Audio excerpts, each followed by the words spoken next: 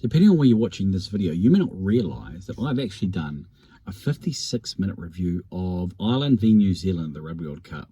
The quarterfinal that counted for those in my neck of the woods. Now, if that doesn't mean much, then I've got something to offer in this video that may count a little more, and you can watch it entirely on the platform before you. I'm going to talk the other three quarterfinals. I don't think we've got enough time to include Ireland v New Zealand, so maybe I'll do a video after the fact. But let's talk a little bit, let's encapsulate what happened in Marseille and Stade de France. Marseille for Wales and Argentina, and England and Fiji, and Stade de France for France v South Africa. So Wales versus Argentina, an opportunity. That side of the draw, talked about beforehand. Could Wales capture something? Could they make the most? What seemed like, well, we get Warren back and maybe we can like at least save face, and yet winning their pool, what a performance over the Wallabies. Able to hold it out and pull it out versus Fiji, and certainly encourage some consternation from those watching on outside the Principality. First half, starting strong. Okay, let's build and continue. Argentina come back, it's close enough at halftime. Second half, can Wales handle the pressure?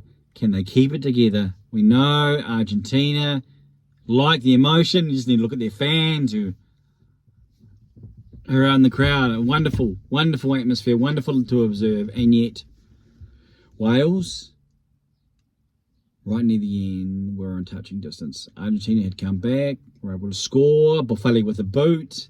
1917. One scoring opportunity, and it could be Wales through. Could they find it? Costello, the replacement fly half, comes on. They're going to do a wraparound move. You know, the old, which is pretty common in rugby union now, the old shadow behind, the old sweep around, and he goes to flick it almost that blind. Nicolas Sanchez, been around a few rugby tests, replacement for the Argentinians, or the Argentine, the Los Pumas. Reads it, takes it, runs, what was it, 50 odd? Maybe a little bit less, but around 50 odd we'll say, and is able just to keep it together. Oh, running at the end. Knows he's being hunted, but he finds safety across the white line. The white line fiver, not the white line fever, hey? It's a bit of an old line anyway. And that was it. Game was gone at that point, and you knew that it would be one that will be reflected upon by those who are of the Dragons. Wales out, Argentina through. Argentina to play the winner of Ireland v New Zealand. Of course, we know who that is. Yes, certainly a black letter day for those in my part of the world. So let's leave day one of the quarterfinals and let's go through to day two. We'll talk about Ireland v New Zealand later, because we may talk about that a little bit more in depth. Whilst I only caught the second half of Wales versus Argentina, I haven't caught the first half yet, I saw all of day two of the quarterfinals. Early Monday morning, 4 a.m. kickoff time in New Zealand for England versus Fiji. We were hoping that Fiji could rise. The last pool play result versus Portugal, which was gratifying for the Portuguese, was just a sign that Fiji were waiting for it to really count. They had gone through, all they needed was a point, and yet England came out, and I picked England, so I thought that their rumbling would negate.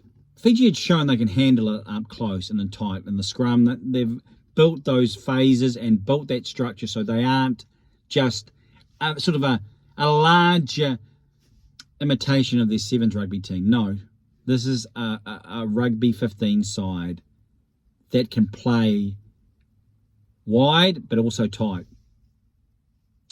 Yet it was England who were dominating the breakdown and who were able to handle it and control it. And 14 points. In the second half, you thought, good run, Fiji.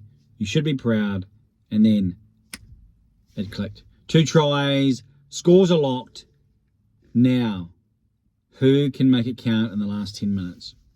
I was hoping Fiji. Come on. You've just got 2 tries. You've got the momentum. Rise. Ride that wind. And yet, to the credit of the English, they're able to lift their game.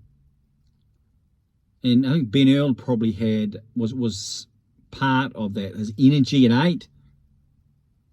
Excuse me, I think the English, if I was to pick someone who he's modelling his game of, I'd say Ali Sevilla.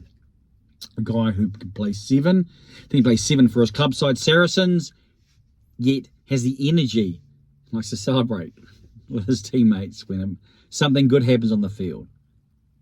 And England were able to drop kick and penalty and take it by 6. Even as Fiji had the opportunities, they had opportunities, and one in particular, the pass that didn't find the man cutting through. So Fiji out. A good Rugby World Cup for Fiji, but one that they will not be entirely satisfied by. Pretty touching scenes afterwards. Simon Rawalui has since given his confirmation. His time with Fiji is over, but no doubt will be involved somewhere in the rugby world, given what he's been able to do after Vern Cotter moved on. About 9 months left. So 1 quarter-final left. The final one at Stade de France, Saint-Denis. The home side that seemingly was going to lose their little general, Napoleon Dynamite, Antoine Dupont. And yet, given the doctor's tick, he played scrum cap, headgear and all. And boy, did he show some guts for that glory. Give him credit, because he was on a mission. France looked like they had the joie de vivre. They were able to attack, throw the ball around. If you didn't see the last 10% maybe of each of their movements, you could be forgiven for thinking, they're smashing the box. But they couldn't finish. Not to the extent that was required. And then when they didn't finish, South Africa was able to counter and use their own mistakes against them. And so 3 tries each in the first half, and you're going, 3 tries each? Right on half-time or near on half-time, yellow card to Eben Etzebeth, and Thomas Ramos was able to make it 22-19 to France. So France slightly in front. Yet, when you look and analyse how the game sort of manoeuvred and morphed and was shaped in that first half, it was very much about France, both positively and negatively. Were they reckless? I think they were a tad reckless. Well, even more than a tad. And I think the box proved how ruthless they are in knockout rugby, how ruthless they are at Rugby World Cups. They know how to win. Things went the box way, I think, in the officiating. I do think that. You take what you can get. The play by Eben Etzebeth where he knocks the ball down when the French are attacking, hot on attack. I think most officials probably call that a knock-on. That's a knock-on, that's a yellow card, that's a penalty try. That's not a try for the box at the other end, which happens very quickly after that. So, in a really small sort of ring of time, the match could have taken on a very, very different shape. But that's all the past. It didn't take that shape, and the Box were able to make the most of their opportunities, get in front near the end. France are leading by 6 points. Opportunity, Eben Etzebeth gets over. I think if someone else like Richie Mo'unga is defending him, instead of, I think it was Jalabert, Richie Mo'unga probably picks him up, tackles him low, doesn't try and take him too high, and he's not over. He gets over, they get in front, and it's just not going to happen, and France are out. Not good to have the hosts out, but that's sport. Sport's not necessarily fair, is it? Right, we're right near 10 minutes. I want to get below that. So what say you? The quarterfinals. Anything. Speak and I will listen. I'm Johnny King.